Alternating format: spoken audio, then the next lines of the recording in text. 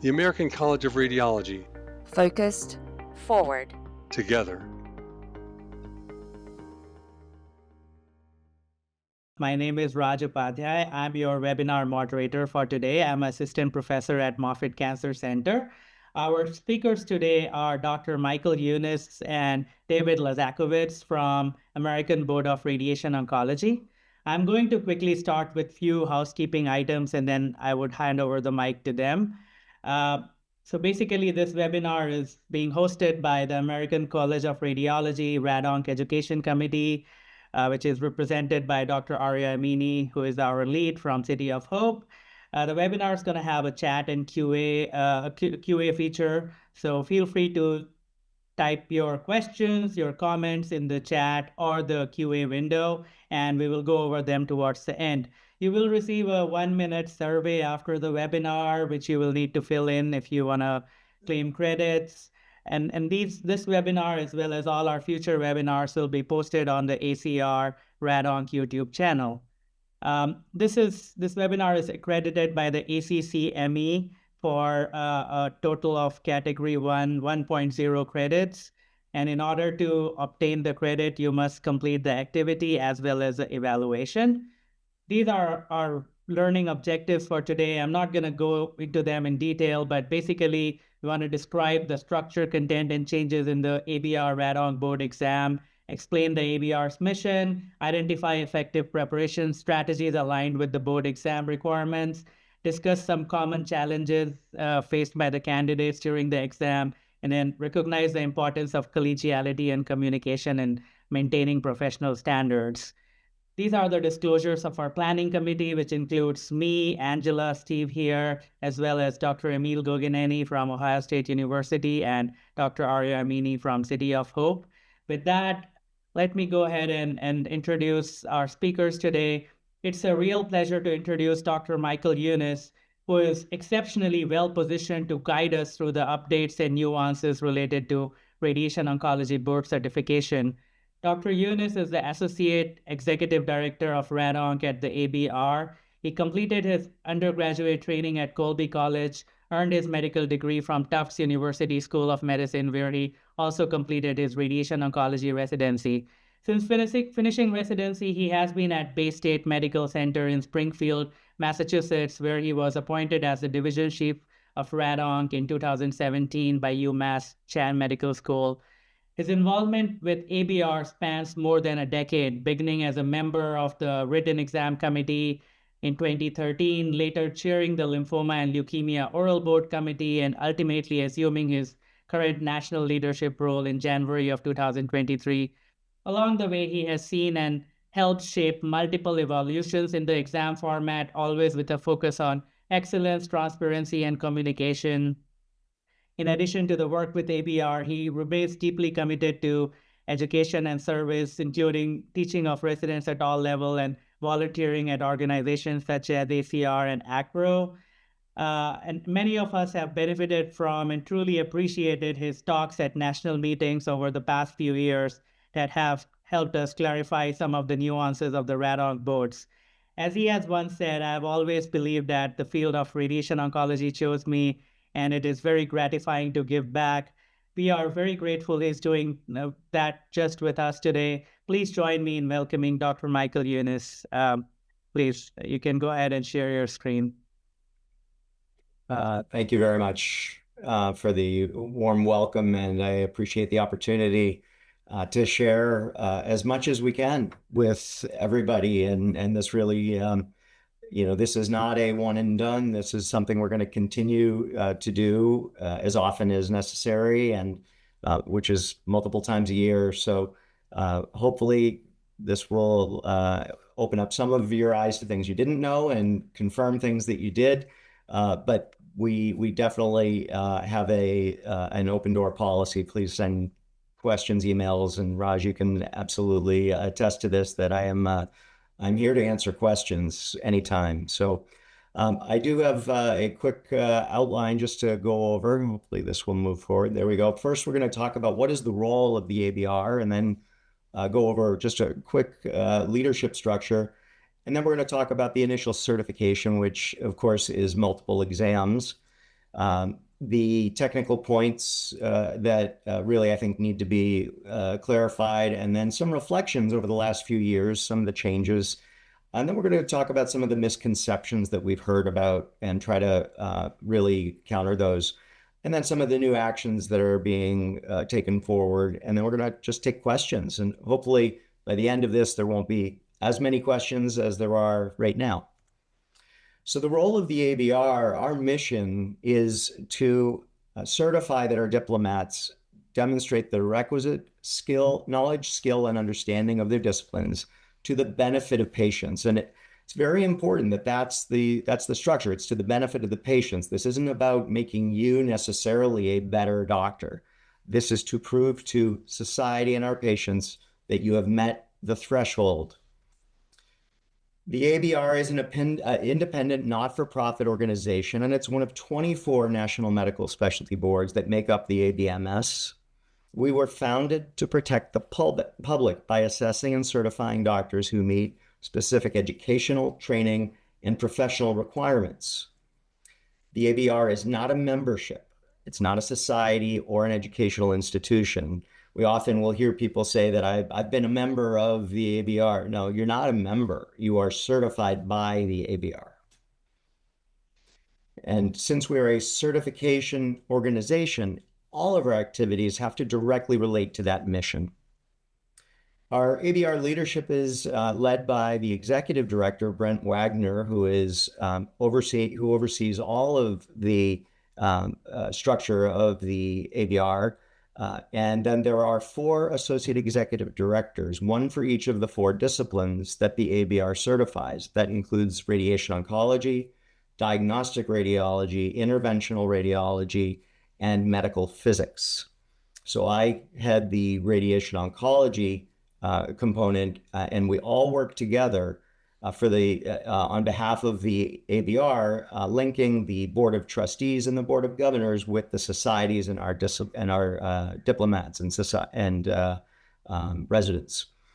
We have a member of the Board of Governors that is a radiation oncologist, that's Andrea Eng. And then we have a Board of Trustees specifically for radiation oncology, and they're listed here. We also have advisory committees, and the advisory committee, the first one is the Initial Certification Advisory Committee, or otherwise known as the ICAC.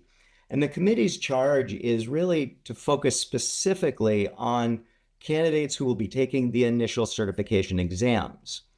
The objectives are to improve the content and design of communications between the ABR and trainees, to identify, discuss, and work to resolve any concerns regarding actions by the ABR or proposals, such as any changes in content or operations, to investigate methods for improving communication between the ABR and trainees, develop methods to assess the effectiveness of any proposed modifications in communications, and to be able to use metrics to modify our approaches to the communication. The committee itself is made up of members of all the different societies. We have members who are chairs. We have members who are program directors. We have current residents. We have recent graduates. We have specialists. We have generalists. So it really is a well-represented group, which is focused on education and training. And that meeting is actually coming up in just a few weeks. So if you have anything that you would like brought up there, certainly going through the program directors directly to us or to the residency groups, certainly they can pass questions on. But that is a great way to get our eyes on questions that you may have. So the oncology exams are inclusive of the qualifying exam, which is otherwise known as the written exam, but really is now, of course, computer-based. And it is a qualifying exam for assessing your knowledge. And it really is, here's a question, answer the question. It's multiple choice. For the most part, there are sometimes we do have new questions that are actually quite nice, where it'll say move your cursor to this appropriate structure, or identify a location on an isodose line or on a DVH. But it's also where we're going to ask questions about specific pathologies or staging or other oncologic disciplines that are related specifically to patient care.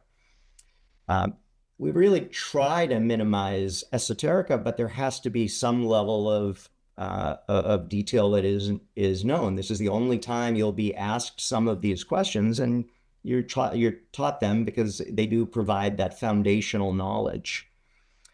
These exams, although they are computer-based and multiple choice, they are live recorded so that we can monitor for security issues, but also so that we can continually work to improve the quality of the exam that we're providing.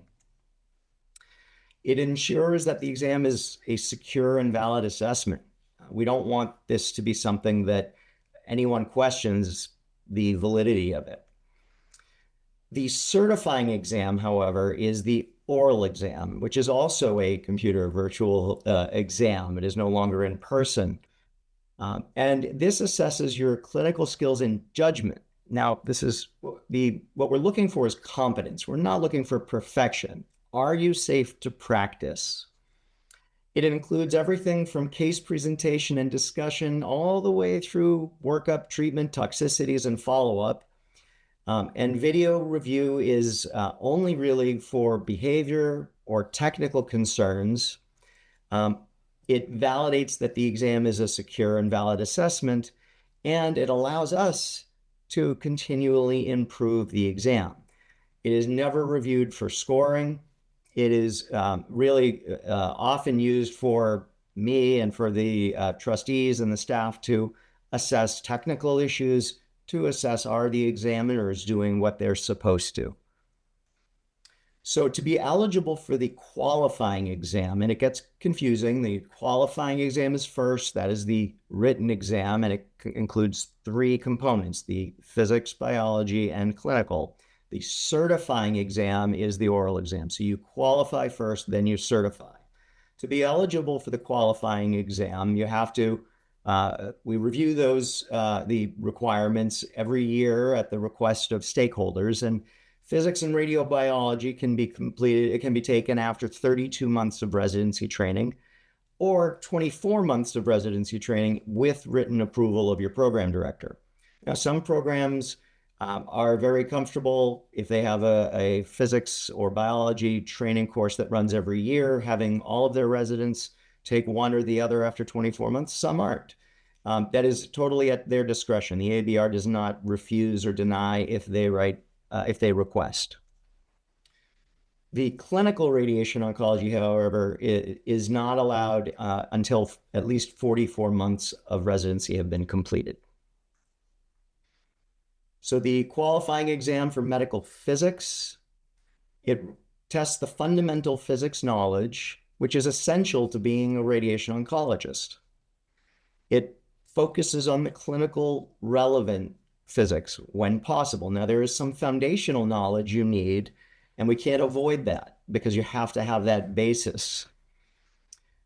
So we continue to develop and minimize non-radiation oncology physics when possible, but you still need to know how radiation is generated. What are the different types of radiation, even if we're not utilizing them in the clinic, because that's what you're going to be expected to know as a radiation oncologist. We do try to limit calculation questions to really the essentials. We're not going to have multiple calculations that you'll never do. If it's something that you would be expected to do as a resident, or if your physicist wasn't available, that you would be expected to know, that's something that you should clearly know when you walk into this exam. But we are really trying to reduce rote memorization. If, I'm the first one to say when we're in these meetings putting together the exam, there is no way that I would remember that. I would go to my physicist. I make, everybody look and think about it. Is this the question we want to put on the exam, or do we want to try to make sure that we're asking questions that you wouldn't just look up in a book? These changes, however, don't necessarily make the exam easier. And that's something that it's hard to understand, but we're actually making you learn to use the information rather than just regurgitate it. And sometimes that does make it harder, but at least it will be relevant. Now, I'm not saying it's intentionally harder, but it's a lot easier to just study a bunch of facts and memorize them than it is to actually know how to use that information. The radiation and cancer biology exams, similarly, there are basics of fundamental radiobiology that remains essential. We are also focusing on clinically relevant radiobiology for a radiation oncologist.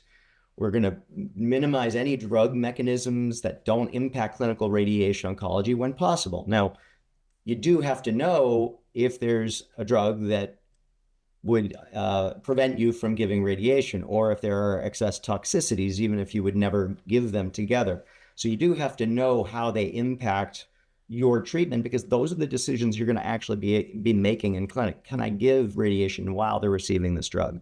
But you shouldn't have to know, you won't have to know, extensive mechanisms of drugs that are not relevant to practice.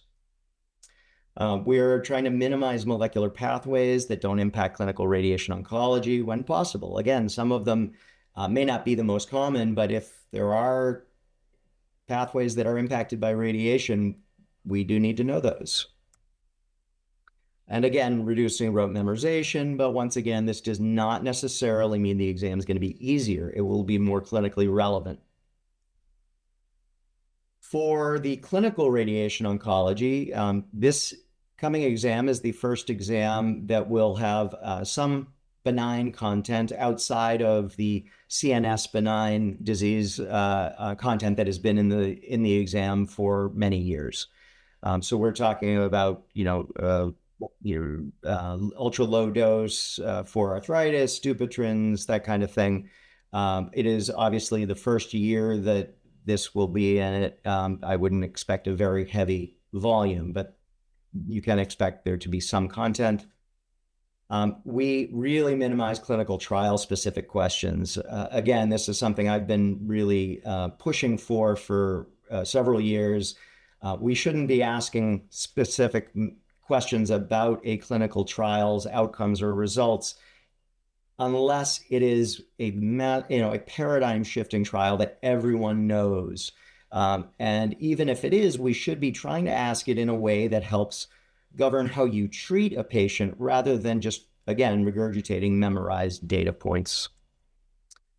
So again, some practice changing, paradigm shifting clinical trials are still possible. We really want to focus on that utilization of the knowledge from the trials rather than the details. And again, trying to reduce rote memorization. I mean, there are some things you have to memorize, and there's nothing we're going to be able to do about that. You're going to have to know OAR doses, and you're going to have to know, the mechanism of action, and obviously there are going to be things that you're going to need to know that are memorization, but you're going to be expected to put them into action, not just regurgitate. Again, this does not mean it's going to be easier, but we're hoping to make it more practical every year, and every year it's improving. We refine this every single year. We do that through communication with all of our stakeholders. We do it with communication with the committees that create the content, and feedback from all of you, and through that ICAC committee. This ensures that the program directors and residents are focusing on high yield information. We don't want people studying the wrong things. We want you putting your time and energy where it's effective. There are always going to be foundational knowledge items in physics, radiobiology, and clinical domains that remains essential regardless of whether you're going to be in the lab or if you're going to be in a academic or private practice setting. And any substantive changes that are planned in content are announced at least 2 years prior to inclusion in any exam. So we notified 2 years ago that we were going to start including benign disease. This is the first year we're doing that. There are no other substantive changes that we know of in the next 2 years coming up. But if something does change, then we will announce that well ahead of time. We also do not ask any questions on content that is less than a year old. It has to be at least a year old. We wouldn't expect you to know something that just came out 3 months ago. Part of that is because the exam content, to create an exam, it takes well over a year. So we wouldn't be creating that content. The certifying exam for eligibility, you have to have passed all three components of the qualifying exam. That includes physics, radiobiology, and clinical. And then the exam is available at minimum the calendar year following completion of your residency. And that's very important. So if you pass your clinical exam in May, and we offer the oral exam for the first time that you would be eligible would not be the October exam, would be the following April, which is when it's scheduled currently. All additional requirements also have to be met, and you can find that on the ABR website under certifying exam requirements. So certification is a thoughtful and systematic, is made from thoughtful and systematic improvements in standardization of the process. This ensures an appropriate and consistent level of competency in radiation oncology diplomats. And that you're going to hear standardization over and over. This provides consistency among the ABR disciplines so that we're standardizing how the exam is created between diagnostic radiology, IR, us, and medical physics. But even among radiation oncology, we want the content or the way the content is created and the delivery of it to be the same, whether it's a breast exam, a lung exam, or a GYN exam. We also want consistency between the examiners. So every examiner in the GU exam should be asking the same questions and expecting the same answers. The exam has to be psychometrically valid. So there have to be standards that are met that can be validated. And by standardizing this, we increase the psychometric validity and we make this a more accurate reflection of your knowledge that is not based on variability in how the exam is presented or the content or any other issues that might be incurred. There's continuous evolution in the exam software, delivery, content, and examiner training. Every year this gets better. It's really amazing how, this all started remotely during COVID. Most of the other specialties that did go to virtual for their oral exams have reverted because they were not able to successfully complete the transition and maintain it. So we've saved a lot of travel, anxiety, but also we've improved the ability to be consistent and deliver a really good quality exam.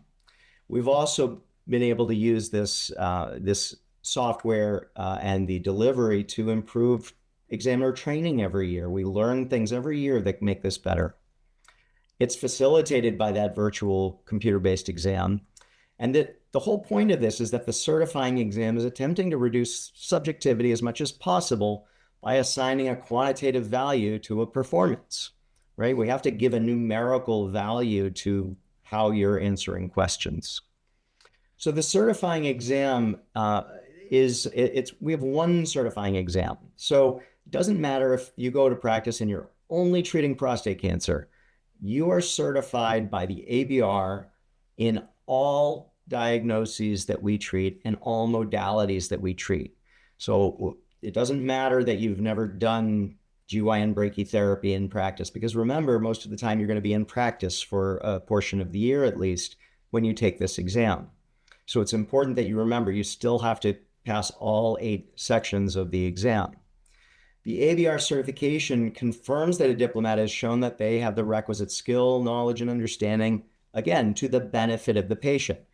If you have your first job and you don't do GYN and your next job you do, well, if you're ABR certified, they know you met that threshold. So that's the key. Certification, again, includes all treatments, regardless of your training or practice experience. They are clinical-based questions, everything from presentation to late toxicity and recurrence. It does include other oncologic field knowledge when appropriate, particularly in decision making, right? If there's a question of do we operate, do we give radiation alone, concurrent chemoradiation, you have to know these issues. It really mimics as much as possible the independent clinical practice that you actually do. It's what you're going through every day when you see a patient and you're making these decisions. There are the 8 clinical categories, the GI, GYN, GU, hematologic and benign diseases, head, neck, and skin, breast, pediatric and CNS, lung, mediastinum, sarcoma. And if you want more information, of course, there are the study guides. Now, the study guide is not going to tell you everything you need to know. It's just going to tell you, it's going to remind you of the categories and what the major sites of the categories are. You can't possibly create a study guide for this type of exam. The content is determined by volunteers from societies, from all the societies, and clinicians from various clinical settings, including private practice, general practitioners, and experts in the fields. There are category chairs who lead each volunteer group, and the ABR trustees provide the oversight regarding any included content. All cases that are selected for use in the oral exam are deemed essential knowledge. If it is on the exam, it was felt to be important. There are no bonus cases. It used to be people would say, well, if you get to that 4th or 5th case, it's a bonus case. We don't have bonus cases.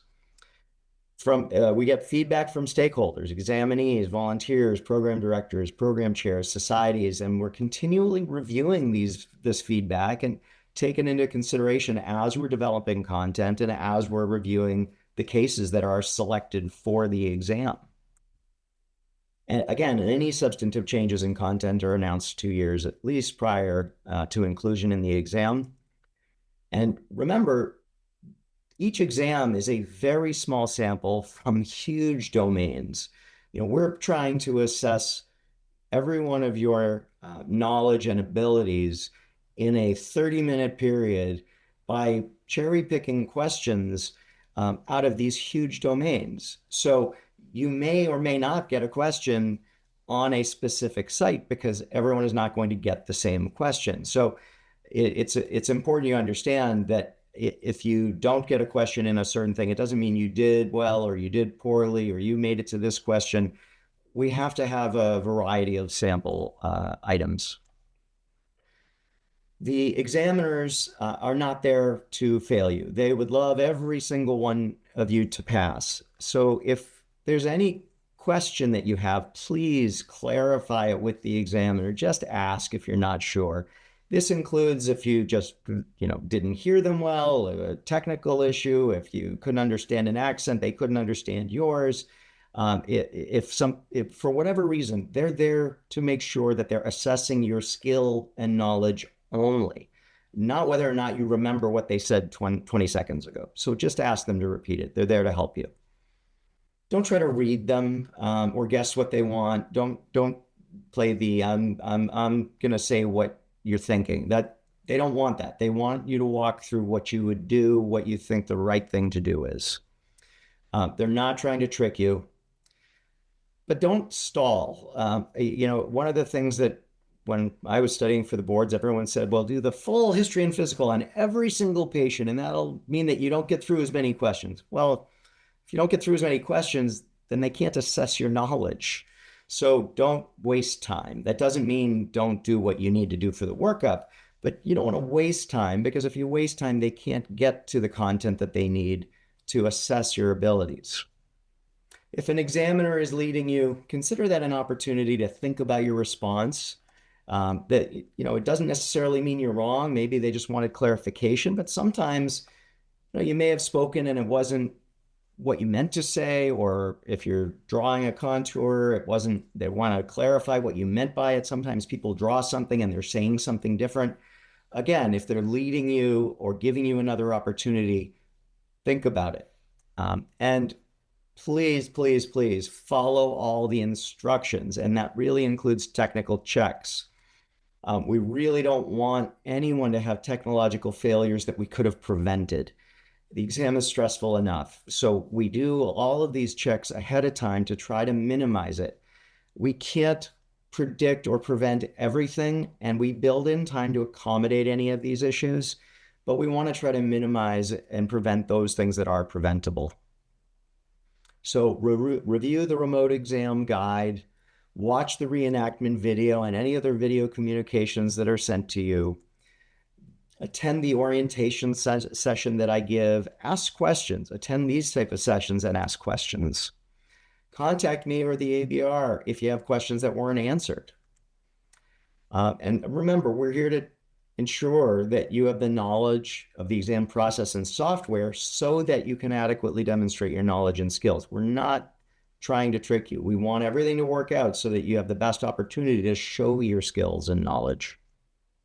Dr. Younis, I want to interrupt because there's a couple of questions that I don't think you probably call out specifically in your slides. Sure. I think you could probably address at this point in time.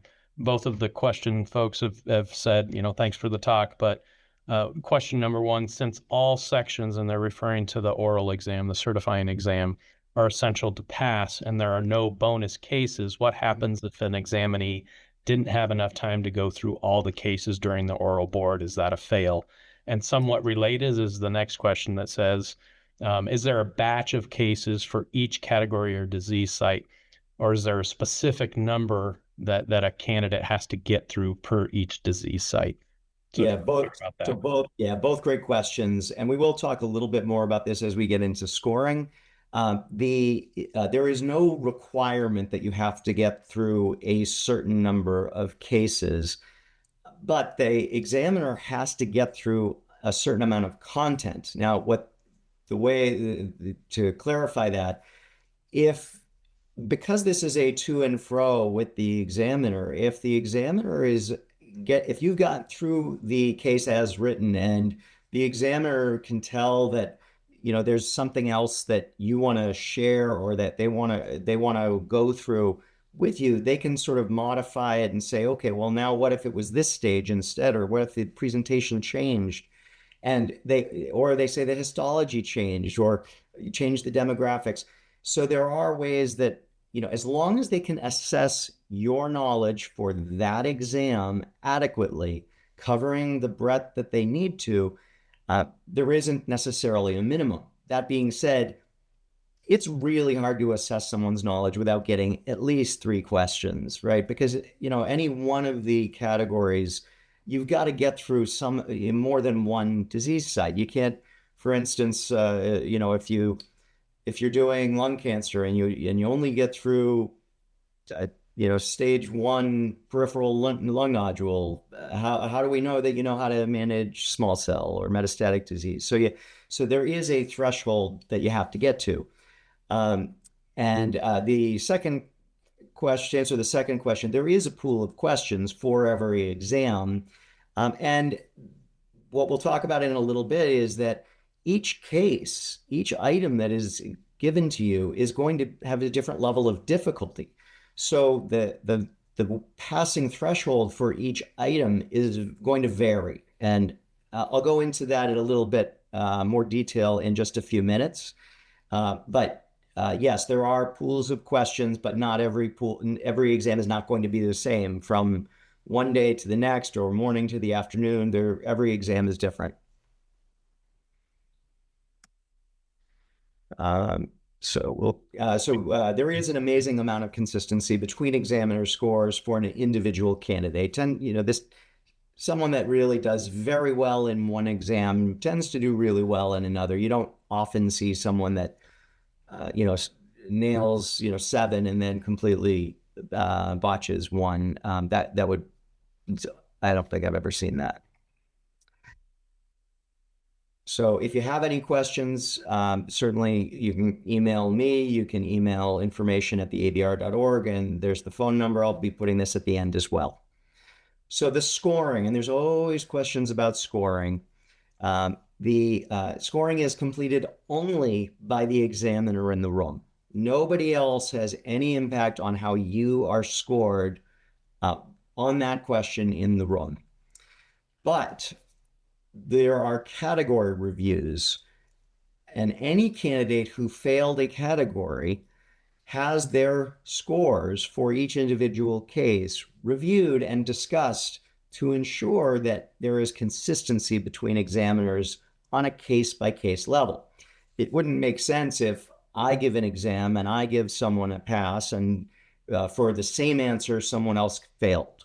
So we have a lot of background work, both before, during, and after the exam, to make that consistent between items, between examiners, and day to day.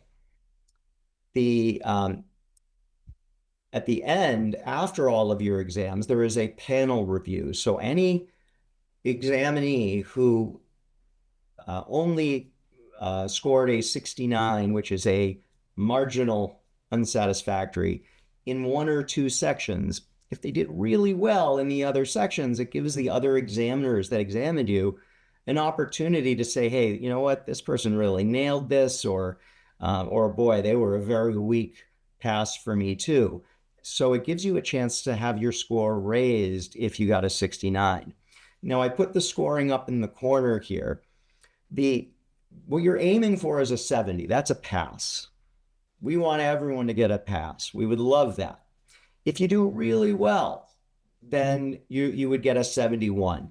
And if you nail it, if that happens to be something that, you just know beyond a shadow of a doubt, everything that is asked and then some, and you can do things beyond what the average examinee would do, you might get a 72. But if there are things that are lacking, that are felt to be, boy, I'm not really sure that you get it on that question, you would get a 69. And if there were things that were clearly wrong or unsafe, you would get a 68. And I'm going to go into more of that as well. There is rigorous discussion of each candidate with any score below 70, both in the category meetings, but ultimately the examiner that was in the room with you makes the final determination. Obviously, it has to be consistent across the examiners and across the category, but it really is that person in the room with you who's going to say, no, you know what, this person passed or didn't pass, and here's why. There is no video review for scoring. We do not review videos for scoring. They are there for consideration of technical issues or behavior issues. And as I mentioned, the item scoring, so the individual questions, is dependent on the case difficulty. So in other words, if you have a very easy question, it might be very hard to get above a 70. I usually explain that with anatomy. If I show you a CT slice and say, identify the following 5 things, well, you either get it right or you get it wrong. There's no way to do beyond getting it right. So there's no such thing as a 71 or 72. But on a more difficult case, on maybe assessing the difference between a proton plan and a photon plan in a tough case, maybe that one, you just identifying that it's a proton plan, that maybe all it takes to pass that case. And so that difficulty level comes into play when the content is being created, when the examiners all get together and identify what is an appropriate answer and what will we not accept. And that is all done ahead of time. But then again, at the end of every exam session, they validate and confirm that everyone is scoring everyone the same way. So how do you pass this exam? Well, each case is scored a 68 to 72 individually. Again, the scores on the bottom. The case difficulty and scoring criteria varies by case, of course. And it may not be possible to receive higher than a 70 on an individual case, like the anatomy case. You get a final category score, which is determined by the aggregated scores of the individual cases. The case and category scores are independent of other cases. They are also independent of other categories. In other words, you can get a 72 on one case in a category and a 68 in another. Those generally will cancel out, right? Because if you average 72 and 68, you get 70. But if you get, 3 70s on questions and a 68, you're not going to get a 70 because your average is below 70. But that category, that examiner has no idea what you did in other categories. Your category score is only reported as pass-fail at the end of your exam, when you get your results. How do you fail a case? Well, if you don't answer a question that's asked, if you say, I don't do that, or I'm going to refer to one of my partners who does that type of case, or it's not my specialty, I don't do GYN, or I would ask dosimetry or physics. I don't remember the OAR doses. I just have them fill them in. If you stall, so you just can't get through the content as we talked about, examiners do need to get through a core number of items to really give you an opportunity to get a score. Attempts to deceive an examiner, you wouldn't think it would happen, but don't try to pull the wool over anyone's eyes. They know, they can read it. They can see through it. They've done this before. If you show a lack of knowledge of a core item for the case, like anatomy, if you can't identify the prostate in a prostate case, you're going to fail that case. For example, anatomy, or you just don't understand multidisciplinary treatment in head and neck cancer, or you don't know how to do brachytherapy, or your contouring is incomplete. You can imagine that there are certain core things you need to know for each case. How do you fail a category? Well, this could result from injuring a patient, right? You might immediately fail that category if you hurt someone because it's not recoverable. Inappropriate treatment, if you're doing something just way out there and you're not listening to the examiner try to get you back on track. Refusal to alter a potentially dangerous decision. You say, oh, I'm going to treat 60 gray APPA through the cord, and the examiner says, you sure you want to do that? What structures are in the way? They're trying to throw you a lifeline and make sure you're thinking about it, because it is a stressful situation. We want to make sure you're not just speaking without thinking. Failing multiple individual cases or inability to show a required knowledge level or skill, those will all generate a category failure. But failure of one question in a category may or may not be outweighed by scoring well in another question in a category. As I mentioned, if you got a 68 in one, but you got a 72, that might counter. But if you got a 70 in everything, that's not going to counter that 68. So don't rely on some old wives' tales that were, well, you only need to get 3 of the 4 questions right. That's not a 75. That's not how this works. It's not 3/4 of the questions. Okay. All candidates with a final score below 70 are discussed in the category meeting, as I mentioned. And then if the final category score remains below 70 after the category meeting, then the candidate is discussed by all examiners for the candidate in that panel meeting, but only if you've only got 1 or 2 categories with marginal unsatisfactory 69s. If you have excelled in other categories, that may result in 1 or 2 69s being raised to a 70, but only if the errors weren't deemed to be critical and you did well in those other categories. The final decision, again, is made by your examiner for that category. Failures that come out of the category meeting, 68s, cannot be raised by the panel. If you get a 68 in a category, you're coming back at minimum for that exam again. If you fail more than 2 sections, you're coming back for the whole thing. And we're going to go over that in a second. We do, however, have the conditional pass. The conditional pass is if you fail 1 or 2 of the 8 total categories. If it's only 1 or 2, you don't have to come back for the whole exam. You can just come back for the 1 or 2. And this is called a conditional pass, and it provides a candidate who maybe just had a bad day or had borderline knowledge or just, flaked out on something, and you weren't able to show your skills in that, 1 or 2 categories. You can come back and take it again, and it's usually offered around 6 months later, so you don't have to wait a whole year. And the majority of people that come back after conditioning do really well. Over 93% pass when they conditioned.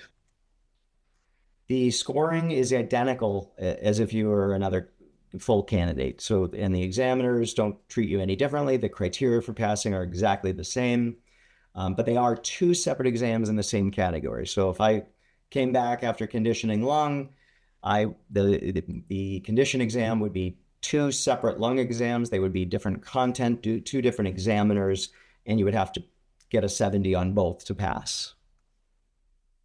Conditional passing reflects the meticulous approach that we have to certification that is required by the ABMS, American Board of Medical Specialties, and is really vital to maintaining public and patient trust. It is incumbent on us as physicians to have a rigorous approach here, or if we don't, then the government or insurance companies or someone else will. So it's important that we maintain this control and we set the standard.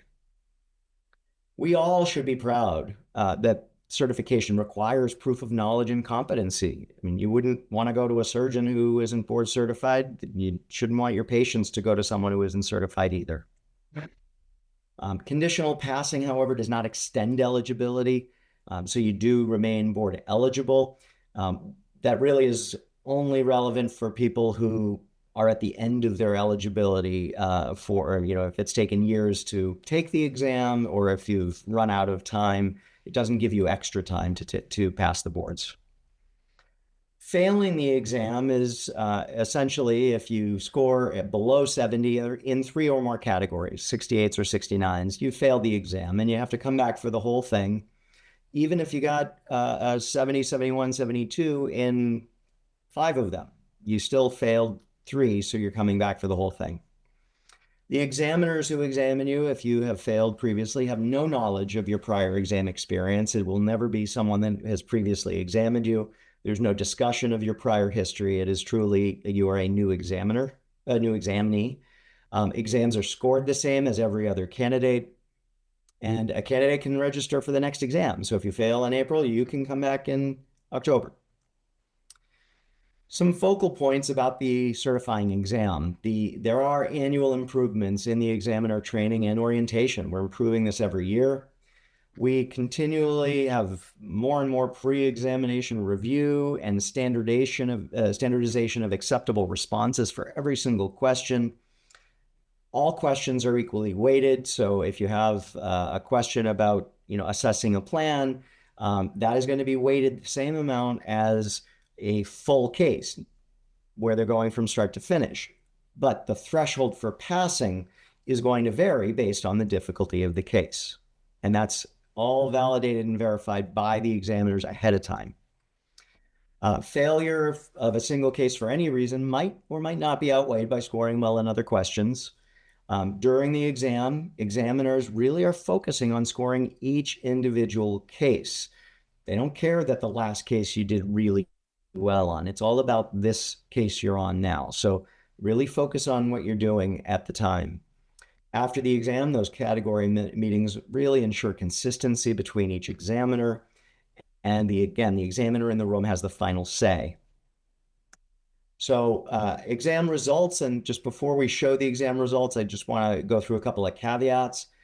The radiation, cancer biology, physics, and clinical exams, the statistics are not designed to reflect some of the changes, like the transition to computer-based exams, the improvements that we've made in exam delivery, content changes that have occurred, standardization that has occurred, and the certifying exam statistics don't reflect a lot of variables like the pandemic year.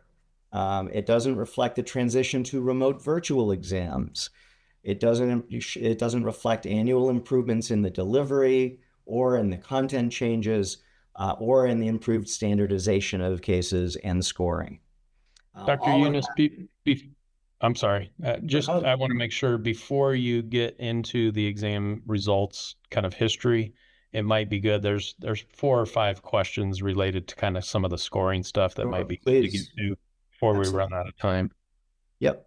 Go for it. You want to read them? Yep, I can. So the first one says, it appears the scoring is very subjective and leaves room for bias and unfairness to candidates who are already under enormous pressure.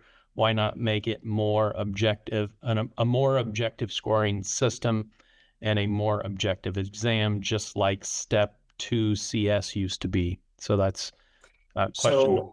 Yep. And then let me read a couple others because I think you can kind of answer all of them in different ways. So scores are not averaged. So question about whether scores are averaged within I think probably a category. And then another question about are average scores rounded up? For example, if you scored 69.8 in a section, is that rounded up to a 70?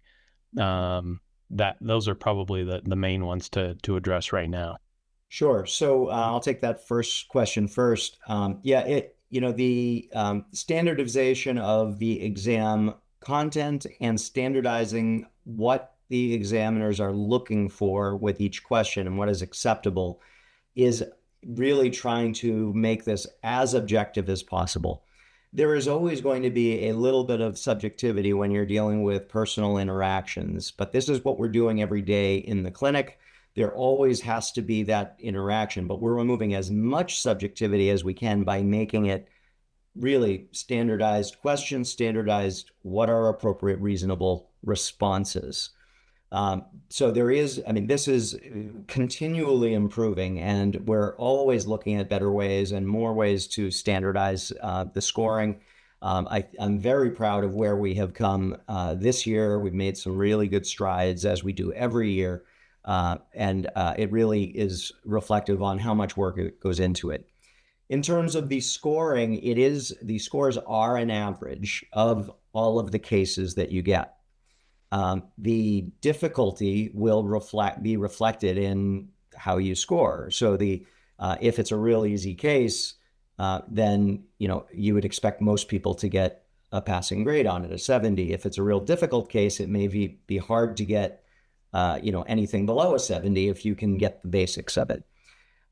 We don't talk about rounding up or down. We talk about meeting the passing threshold. So if we get an average of your score and it's 69.9, you didn't meet the threshold for passing, which was 70.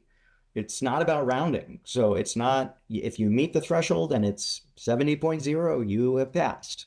If it's 69.9, you didn't meet the threshold. You didn't pass. There's no rounding. So I think people get confused because, well, in it, we round up and down in every other way, but it's a threshold. And if you don't meet it, we don't just push you up above or below a threshold. I think those were the main three questions. Yep, you got them. Another one has come through. Are there reference materials that are provided during the oral exam similar to ones that an examinee might have in the clinic for quick reference in order to better reflect true? No. It is a closed book exam. You are not allowed to have any content with you. You will be able to have a whiteboard. And the examiners will provide you with a screen of demographic information, or if there's any pathology they want you to remember. Really, we're trying to take out as much of that, I got to remember this and write this down, and how old was that patient, and I don't remember the stage. And they're going to give you as much as they can to get focused on you being able to show them how to treat this patient safely. And again, every year it's getting better and better. But it is a closed book exam. This is not like you're in the clinic. Great. Another one that's a pretty quick one, probably. How many examiners are in each section? Obviously, it depends on how big the exam is, but in general.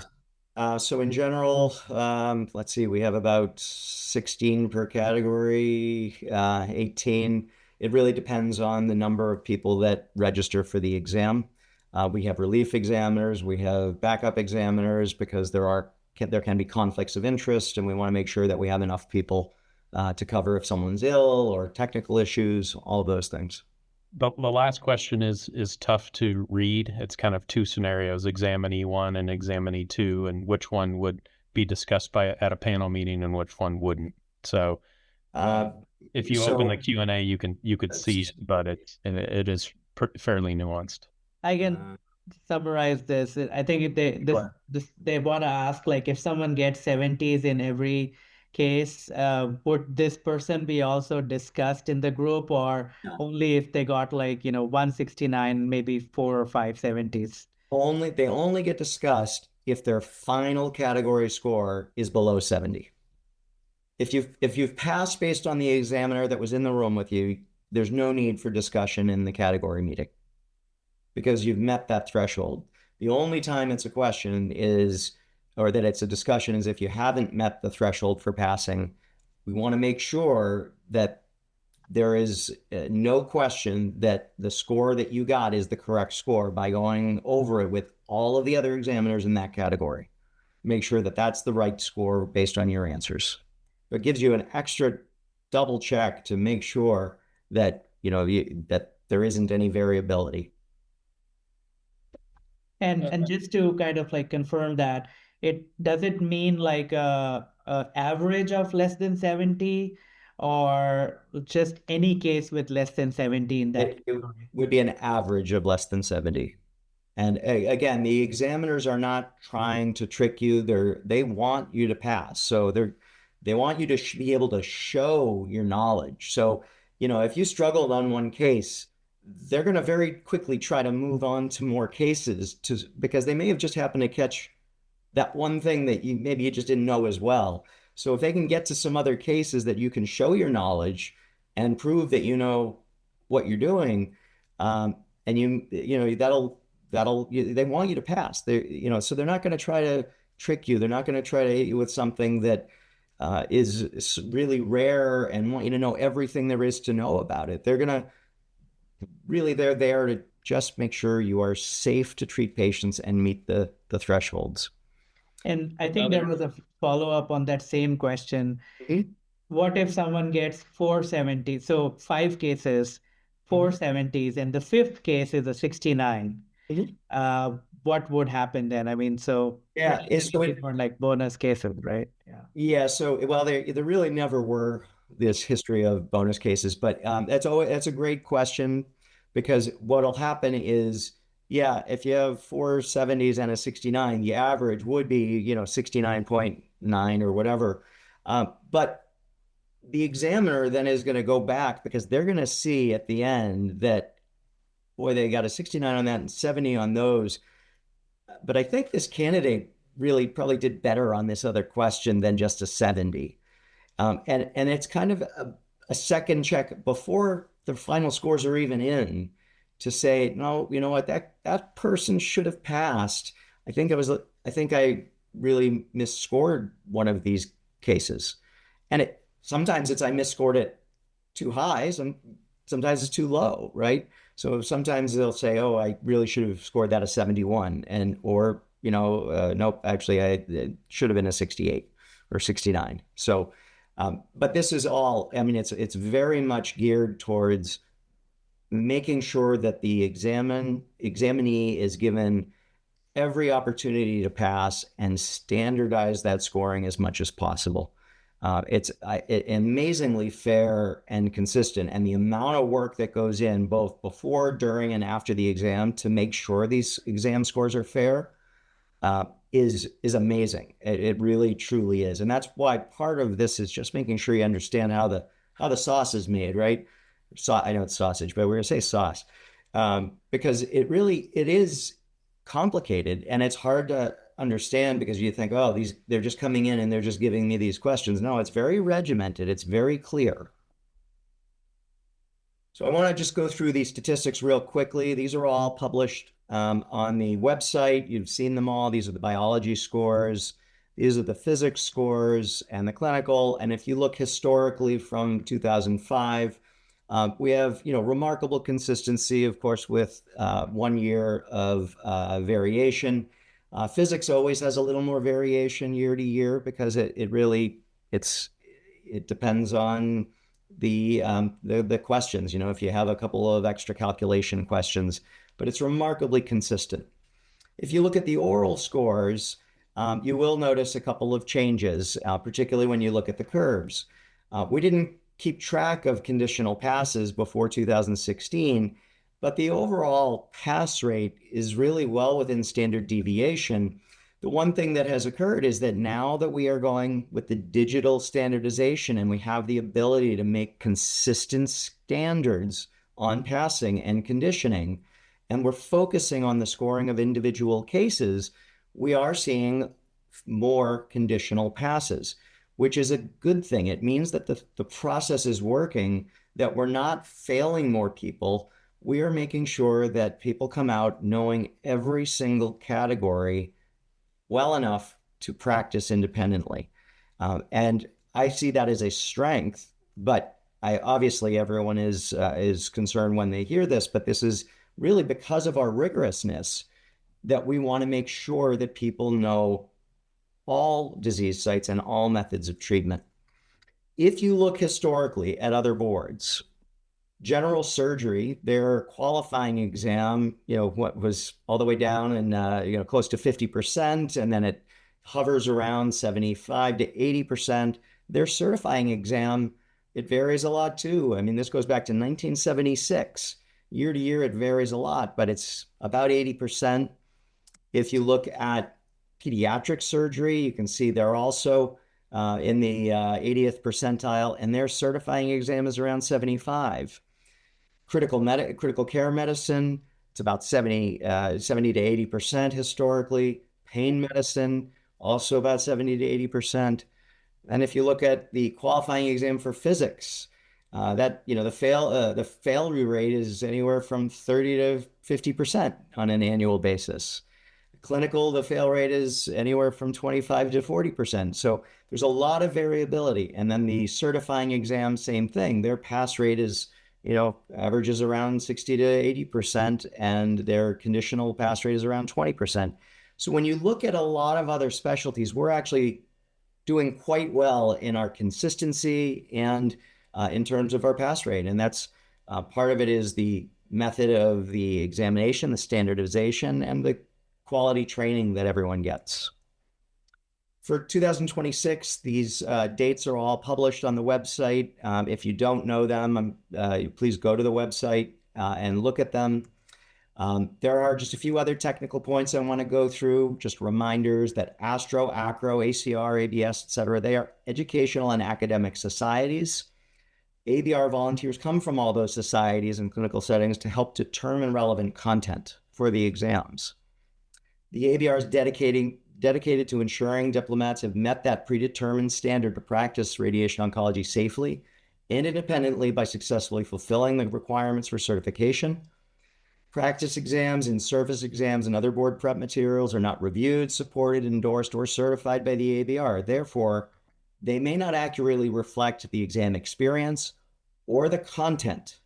So we always hear, well, this was nothing like the in-service. That's true, because we don't write the in-service, and people who do can't write content for us. ABR volunteers have a conflict of interest policy that prohibits them from creating or advising any board preparation materials in radiation oncology. Both qualifying and certifying exams scoring are criterion-based and standardized. That means everybody could pass. There's no predetermined pass rate. There's no requirement that a certain percentage fail or condition. We would love to have everyone pass. A couple of years ago, 100% pass rate on the bio exam. Everyone met the threshold. Each category in the certifying exam is scored independently. Every case counts towards the final score, and ensuring the candidates meet competency requirements is a strength of the ABR. All diagnoses and modalities are relevant to radiation oncology practice are eligible to be included in the exams. The candidates required to know it, even if or they're required to know every treatment modality to pass the case, but the examiner, is not required to know every treatment modality to pass the case, but if you know more, it may give you a higher score.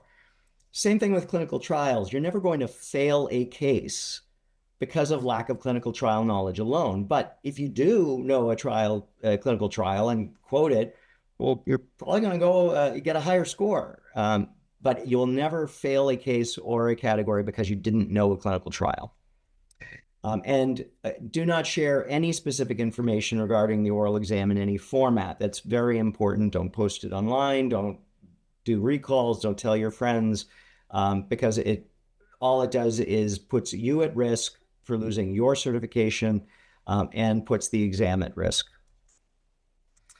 Final thoughts, really transparency and open discussion is essential. That's why we keep doing these. The ABR is the certification authority that patients, hospitals, states, and insurers all look to for verification of your ability to practice safely and independently.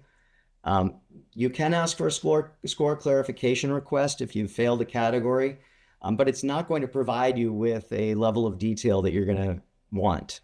It really is a summary, composite summary of the examiner's comments in the category comments from your exam. So it may be you had a weakness in your anatomy, you were unable to identify the OARs, or you didn't know constraints, but it's not going to tell you exactly what you did wrong. It's general feedback to help you in identifying weaknesses.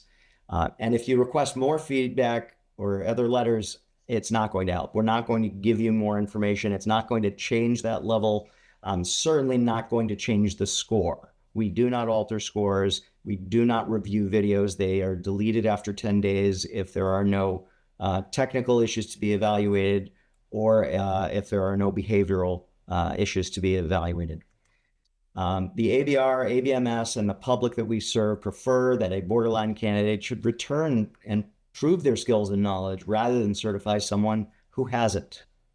And that's really a strength, again, that we have. There are a couple of reflections. The ABR really is confident in this process of determining competency and protecting patients.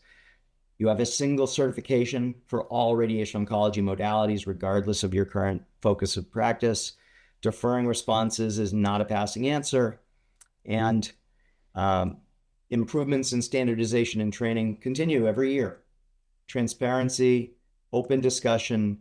Any changes or modification in the assessments are under the direction of the ABR Board of Governors and the ABR Radiation Oncology Board of Trustees.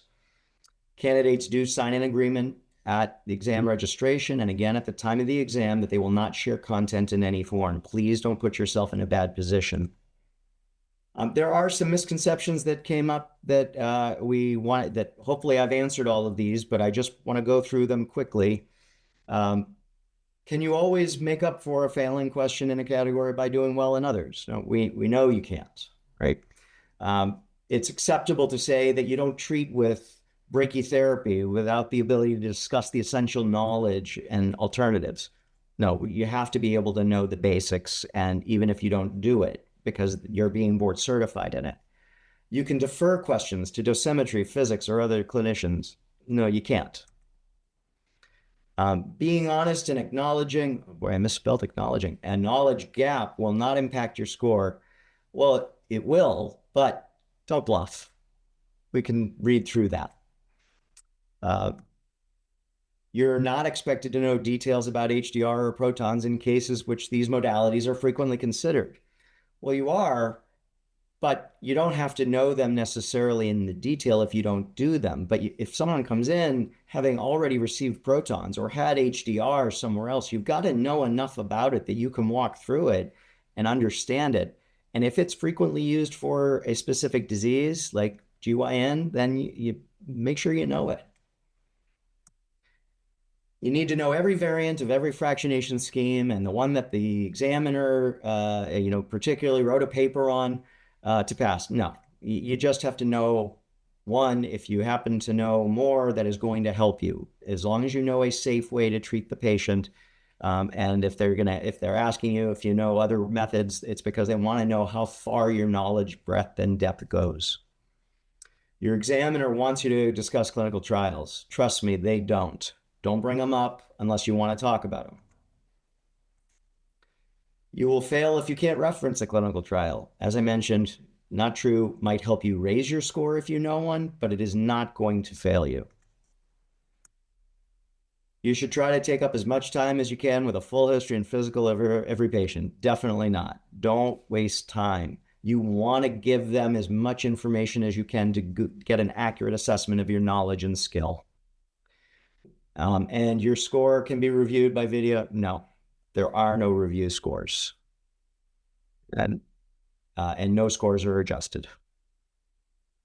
So some actions that we've taken: we want to continue open and transparent communication. We're going to continue to do annual presentations as often as we can.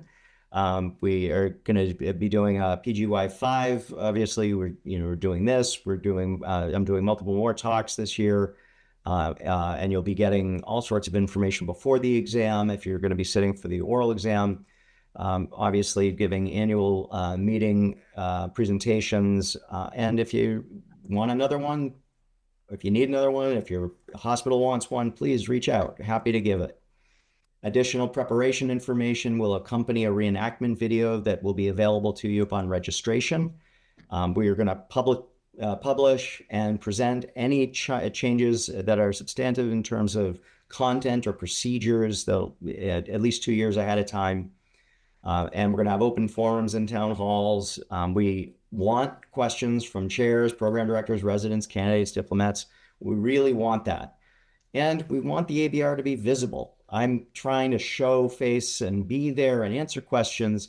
We are not a black box. We're here for us. And it really is important that you all reach out, that you feel like we are people. We're here. We went through this. We're not trying to make anyone suffer. We're trying to make it better. We're trying to improve this every year. And as part of that, what I'm going to really leave on before I take more questions is when you take any of these exams, at the end, you're going to have a survey. That's your opportunity right after the exam to give feedback that is directly connected to what you have done.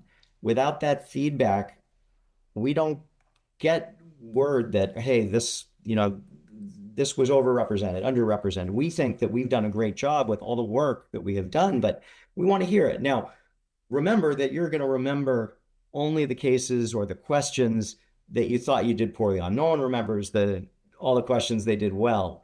But we want that feedback because we can't improve the product without hearing it from you, from the examiners, from your program directors, from anyone. So with that, I will take any other questions and happy to answer anything. Thank you very much.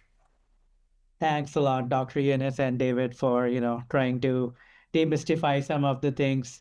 I know we are almost done with our time, but there are plenty of questions if you have a few minutes Sure. for them.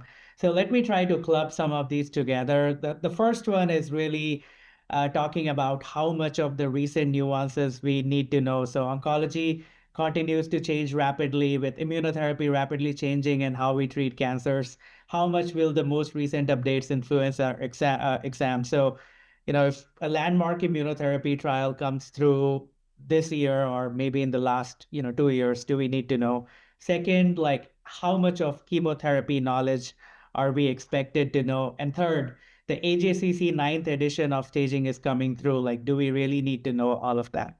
So all great questions. So the first is, you will never be expected to know something that came out within the last year. However, if in an oral exam, you know it and you can talk about it, that will raise your score. But the questions are written, they take a long time to write. And we don't want to hold people accountable to something that came out while they were studying for the exam or while they're in practice doing another specialty. This is supposed to be about making sure that your training and your ability to practice is fair, not that you kept up with the knowledge over the last 6 months to a year. Okay, so that's the first thing. But it will raise your score if you know something that is more modern. The second question is things like the immunotherapy, chemotherapy. If it relates to radiation oncology, you have to know about it.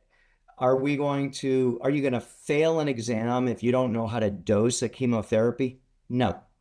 But if you don't know what drugs can be used in this situation with radiation, this is a radiation oncology exam. We know you're not prescribing chemotherapy. So you're not going to fail if you can't prescribe the dose correctly or you mixed up the mechanism of action. Does it help you if you know it? Sure, but you're not going to fail. For instance, you have a Hodgkin lymphoma and you say you want to give them R-CHOP. They're going to ask you, are you sure it's R-CHOP? Are you maybe mistaking what you're doing? They're not going to say, do you know the dose of R-CHOP? They may ask you if you know what the drugs are. They may ask you, do you know how it's given? Or is this an oral drug? Is it an IV drug? What's the problem that occurs when you give this concurrently? So there are things you have to know because those are the things you're going to do in practice, but you will not fail for not knowing chemotherapy or immunotherapy.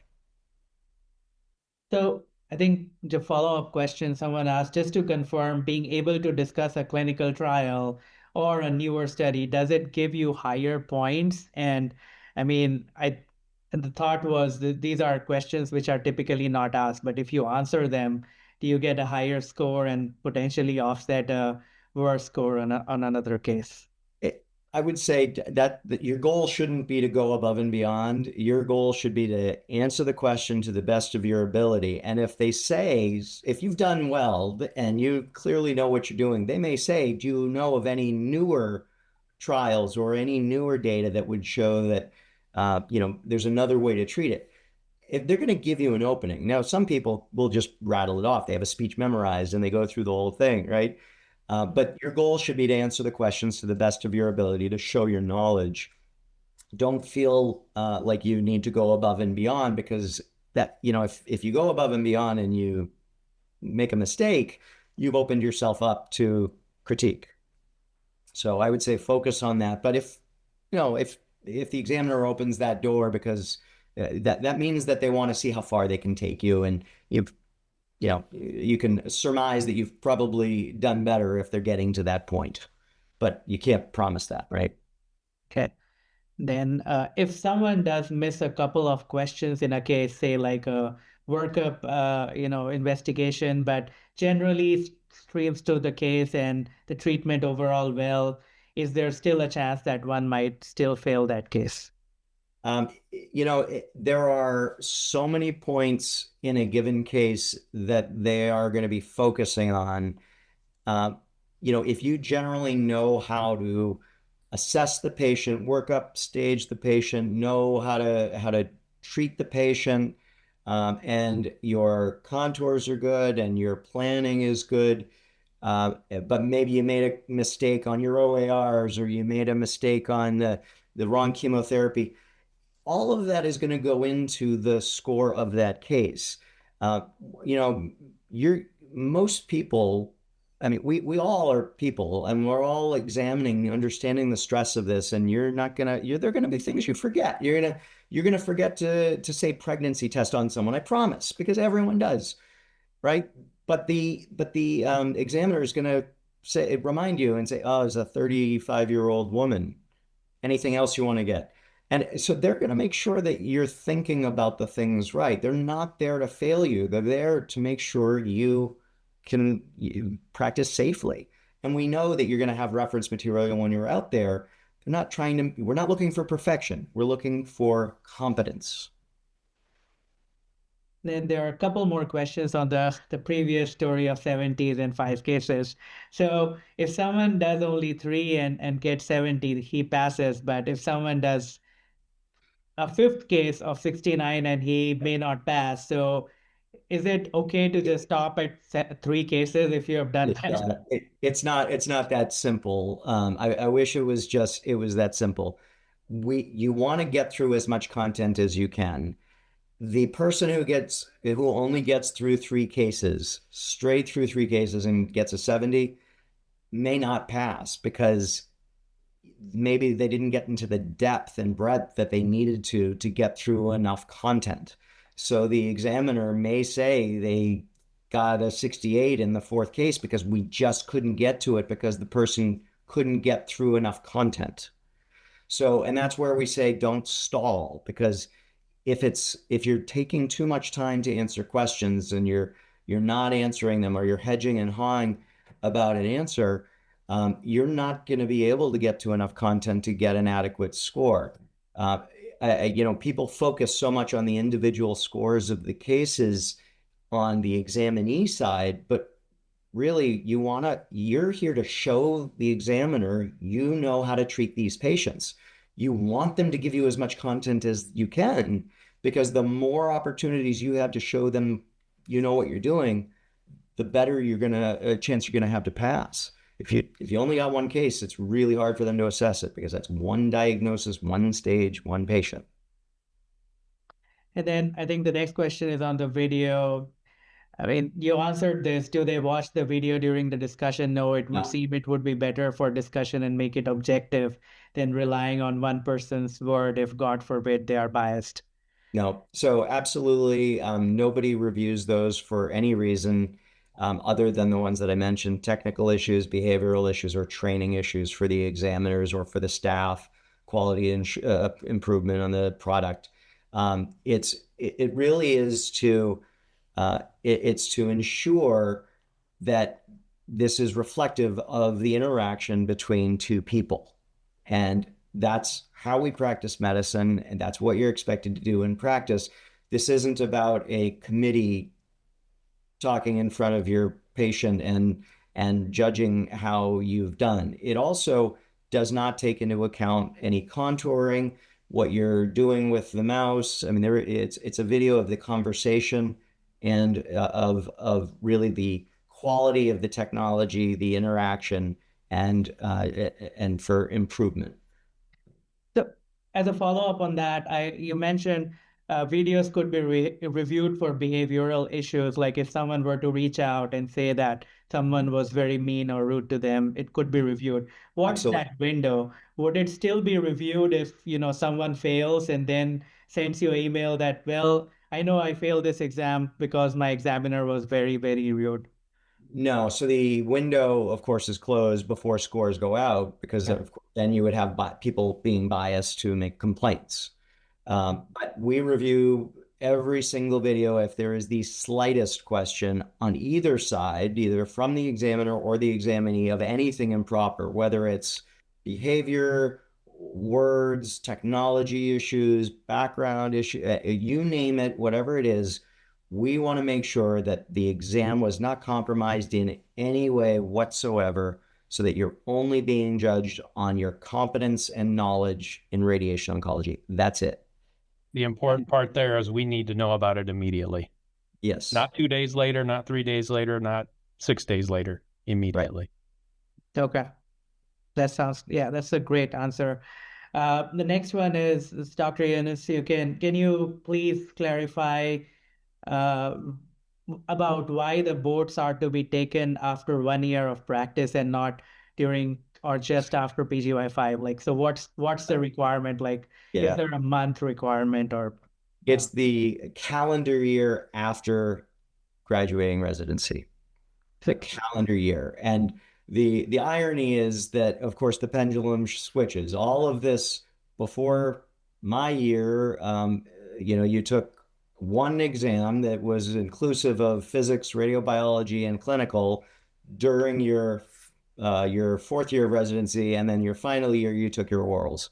The next year, I took all three sections the year after I graduated, and then the orals the following year. So I took, after I graduated, I'm in my first job studying for my qualifying exams, physics, biology. The following year, they separated at the request of the, residency programs and residents. You could take physics and bio separately during your fourth year of residency, but your oral exam was still the following calendar year after.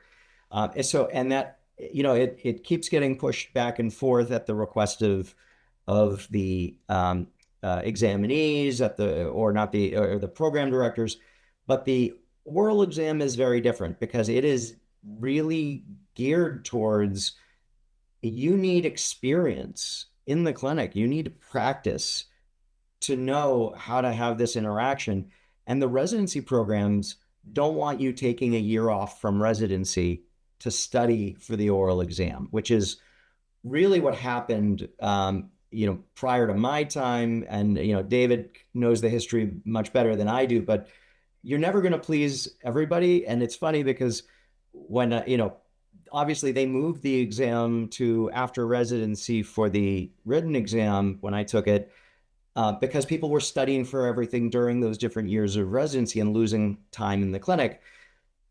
But then everyone argued and wanted it to come back during residency, and then they split them, and now 50% of people want them all to be one exam during your final year.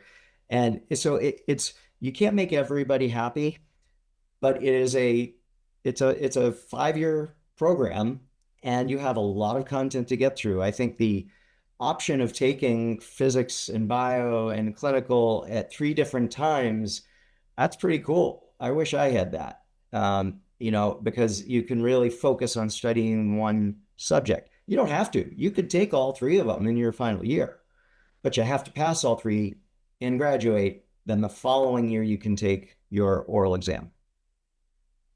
So on those lines, for future, are there any envisioned changes on, when you can take exams, and also like any envisioned changes to equate disease site content to a number of cases, like having a fixed number of cases per disease site in the future?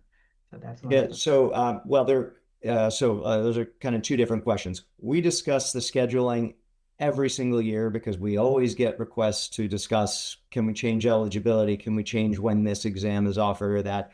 And it's tough because we have to work around a lot of other activities. There are many other exams the ABR runs, but there are also many other committees and society meetings and, summer new jobs starting. They don't want exams right after you've started your next residency year, but you don't want it too close to finishing a year. So there are a lot of issues. But yes, we discuss this every single year. But as of right now, there are no requests to make any changes from the Astro Board, Acro Board, ACR, or any other societies that I know of. And if there are, David, I don't know if you've heard of any, but I certainly have not heard of any right now that are significant. In terms of the number of questions, standardizing it, well, you can't, because every disease is different and every stage of disease is different. What we are trying to do, and what I would love to do, is to get through more content in every exam, because I would love to see that on average, everyone gets through 7 cases in an oral exam, because that gives us more data points to assess your knowledge, to assess your ability to treat a patient. But it doesn't always lend itself to that, because you do have to go through the whole workup and staging and appropriate assessment and knowledge base. And then there are different planning techniques. But ideally, the more information we can get to assess your knowledge, the better you are, the better we are at getting an accurate assessment. Great. I think then we have 3 questions on the content. Are radiopharmaceuticals game for testing? They've always been game for testing, but there haven't been a lot of them that have been really valid, and worth putting on the exam historically. There can be, I would expect to have some question about on the, either exam about, current radiopharmaceuticals. But it's not going to be the focus of anything, because it's just not a big enough part in what we do. I mean, we're really going to focus on where we spend our time. Mhm. And then I think this is an easy one to probably. To what extent is management of oligometastatic disease within the scope of exam? Yeah. Yeah, I mean, well, if you look at how often we treat oligometastatic disease, you can imagine there's going to be a fair amount of content. But it's going to vary depending on disease site, and which exam. But certainly, this is supposed to be representative of what you could or may or do see in practice, depending on where you're practicing and what your practice, how your practice is set up. And then lastly, like, what do you mean by benign? Does it mean AVM, trigeminal neuralgia, or things like arthritis? So those are, trigeminal neuralgia, acoustic neuromas, meningiomas, glomus tumors, pituitary adenomas, those have always been on the exam. Those are under the CNS head and neck sections, okay? When we're saying an additional emphasis, we're really talking about the non-malignant diseases outside the CNS that really have not been the focus. As we've heard at Astro, Acro, and we know that there has been a lot of publicity about increasing utilization of radiation, for arthritis and for Dupuytren's and plantar fasciitis. That's what we're talking about. But it's going to, there's only a set amount of time, and that we can only get through a set amount of questions in any of these exams. So you can imagine that it's not going to be a very large content, because it can't be, because right now it's a very small amount of content that most of us see. And we need to make sure that you know how to treat patients with what we normally see in the clinic. Now, in 5 years, 10 years, who knows? If benign diseases, non-malignant diseases become a much bigger component, then that content will rise. How much content is contained from any given category? That's where the trustees and the chairs and the volunteers, they're the ones that say, hey, we need to start adding more of this or more of that based on the experience that we're seeing in our residency program or we're seeing in societies. So it doesn't come from the ABR or us. It comes from the volunteers. Okay. And then I think a couple of general questions. When are the names of examiners shared with examinees? When is the exam day within that range shared? And is there a consistent start time for exams? Oh, yeah. So all of that will be sent out to you ahead of time. You'll get your when you register, you'll get an email with the link and with instructions on when you have access to it and your schedule. You're not going to have the names until very close to the exam, just a couple of, I believe it's a day or a couple of days, David, right? And you'll get a photo and the name. And if there's a conflict of interest, you will just say, I have a conflict of interest, and then they'll find another examiner. You don't want to conflict yourself out of an exam. If you say, I have a conflict with this person, then they send you someone else, I have a conflict with that person. Well, there's only so many examiners. So if you conflict out of all of them, you're not getting examined, and you'll have to come back another time. Now, does that ever happen? No, but don't try to pick and choose your examiner based on, where they work, where they train, what they've published.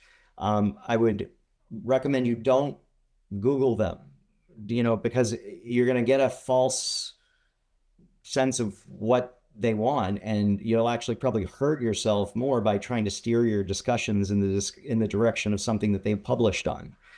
So it really, there's no reason to do that. And they have the same instructions. They are not supposed to look up anything about you as an examinee. They're not supposed to know you. They have the same opportunity to say, I have a conflict. But when I do the orientation for you in a couple of weeks, we're going to go through what constitutes a conflict, what doesn't. And just having them be a visiting lecturer is not a conflict. So you may say, well, I went to a meeting and we sat next to each other. That's not a conflict. So we'll take this one last question. Could this be clarified? What does attempts at deceiving an examiner means?